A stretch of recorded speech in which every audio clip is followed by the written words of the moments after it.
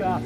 É uma operação que visa coibir a prática de crimes por meio de motocicletas e, ao mesmo tempo, coibir a perturbação do sossego que essas motocicletas têm trazido aqui para a população de bem de Conselheiro Lafaiete. Um recado para a população de bem: nós precisamos do apoio de vocês. O apoio de vocês. Se você tem algum vizinho, algum conhecido que tem essa prática de fazer perturbação do sossego com motocicletas, ligue para a Polícia Militar, denuncie. Nós estamos aqui para fazer a sua segurança. E vai também um recado para aquele condutor de motocicleta que está com a motocicleta irregular. Se você continuar com essa prática, você vai ter problemas com a Polícia Militar. Eita porra! Isso eu gravei, hein? Isso eu gravei, hein?